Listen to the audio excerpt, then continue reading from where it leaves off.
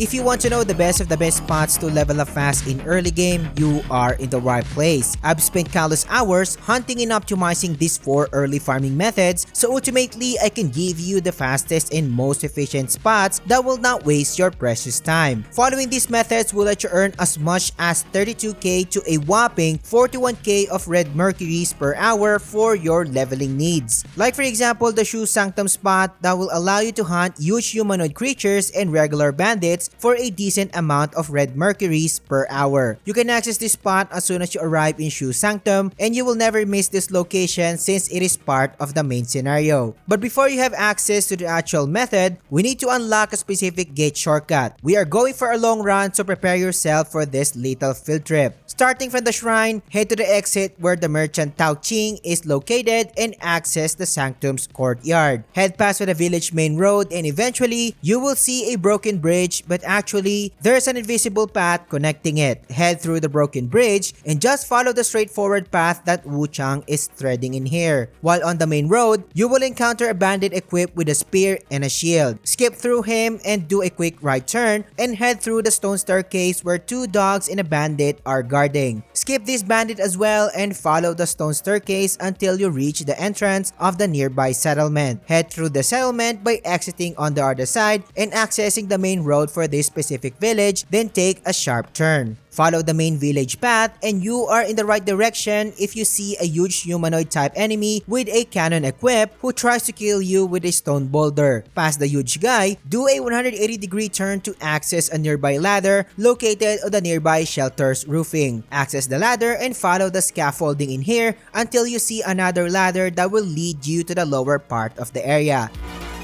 After getting off the ladder, take a right turn and notice that there is a closed gate that you can unlock. Unlock the gate so you can access this bonus shortcut later on. From the gate that you just opened, take a sharp right turn and access a long stone staircase that will lead you to the next area. You are in the right direction if you see a bandit equipped with a sword who will ambush you. Past the guy, head to the right and pass the stone staircase that leads to another gate. You are already seeing the Sanctum from here, and not for long you will encounter the second bonus shortcut that you can unlock here so you can access the Sanctum's second floor. Kick the dead tree to activate the shortcut so you can use it later on, and continue your path by heading to the steep slope and following the straightforward path. Take a sharp right turn when you see the Buddha statue and it will lead you to wooden staircases which you can easily follow. You will be seeing another troll-like enemy guarding the wooden staircase, so skip him for now and proceed to the lower part of the area. Past the empty hut, take a right turn to access the village proper once again. The main shortcut that we need to unlock is just few houses away. Once you see the closed gate, open it to permanently unlock this shortcut. You will see that this shortcut will lead you back to the Shoe Sanctum and access the Sanctum Shrine and prepare for the build. Moving on to the actual farming build, and I'm not going to be strict when it comes to it since these are just early farming spots. But the weapon that I'm using is the Lashing Whip with +3 mastery for long swords. It's not required and use what you have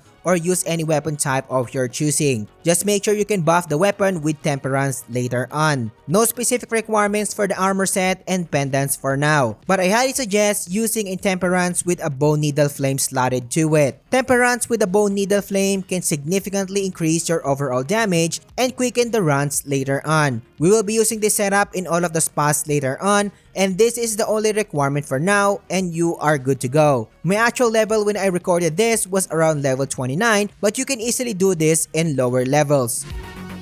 Now that the build is ready, start your actual method by heading to the nearest exit from the shrine. Head back in the direction where the shortcut is located. There are 2 bandits in here that you need to take out, and what I usually do is to just kill these bandits with normal attacks and gain Skyborn Might for later use. When the 2 bandits are dead, head through the shortcut and do a sharp left turn. Follow the straightforward in here leading to the bamboo trees. There are 2 human trolls stationed in here, but I suggest taking out the one with the gun first while trying your best not to alert the second one. The combo that I usually do is just hitting the enemy with 1 to 2 normal light swings to gain Skyborn Might charges, then finishing them with any type of skills. Now depending on your weapon type, pick skills or disciplines that cover a wide area. Once the first human troll is down, Slowly walk and sneak onto the second one and pull off a fully charged heavy attack, staggering the poor guy when the attack hits. After it staggers, pull off an obliterate attack to end the fight.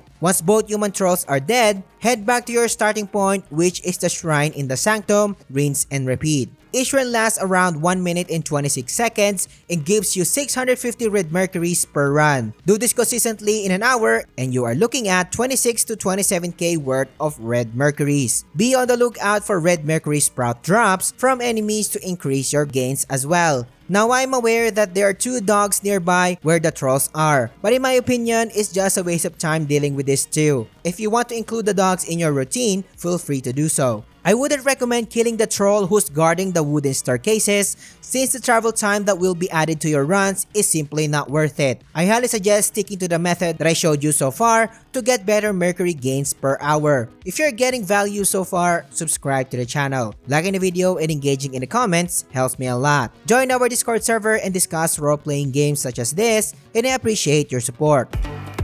The Doom Willow Beach entrance allow you to hunt a variety of enemies to get a great amount of Red Mercuries. The best thing about this spot is that it does not require any kind of shortcuts for you to access it. The shrine located at the entrance of the Doom Willow Beach is our starting point in this run, and you will not miss this one since it is part of the main scenario. No significant changes were made to the build, and I'm still using the same weapon, so just use whatever buffable weapon you want. But just like the previous spot, Temperance with Bone Flame Needle is suggested. The Vorpal Blade spell is optional in here, but I suggest slotting it when farming in this spot. When I recorded this video, my level was around level 29, but you can easily farm in this method at lower levels. To start your actual method, head in the opposite direction where the shrine is facing and quickly buff your weapon with Temperance. Then start dishing out normal attacks, and it is more than enough to kill the mutated tree in this instance. One thing to note in here is notice my position in here, as I am avoiding the tree's frontal range since it can knock you down with a thrust attack. Once the tree is dead, follow the straightforward path in here past the wheelbarrow. Sprint towards the mutated 4-legged beast,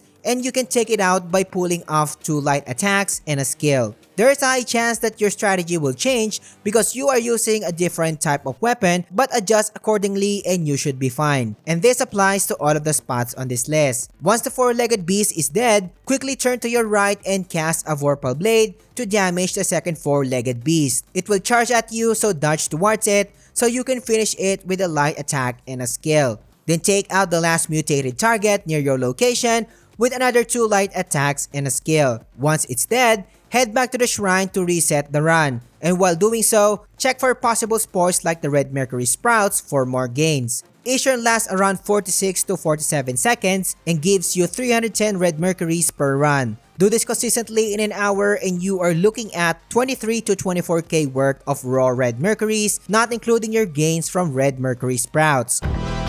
Things will go spicier in here as the Bandit Cave spot can give you as much as 33 to 34k worth of Red Mercuries per hour. This spot will allow you to hunt a mutated crow-like human which drops a great amount of Red Mercuries while following an easy route with no shortcuts needed. You will be accessing this spot once you arrive at Bandit's Cave, which is again part of the story, so you will not miss this location. Heading to the actual method right away since there were no changes made to the build. Start your actual method by sprinting past the shrine. Follow the cave path in here and you will notice a bandit stationed in a small opening behind a wooden barricade. Take this bandit out and not for long, you will be seeing our main target in this method. Use your Temperance to buff your weapon with fire like usual and start dishing out normal attacks to take out the crow-like human. It will go down pretty quickly because of the fire damage, but one thing to note here as well is to be careful of hitting the exploding pots with your weapon as it can kill both of you. Once the main target is dead,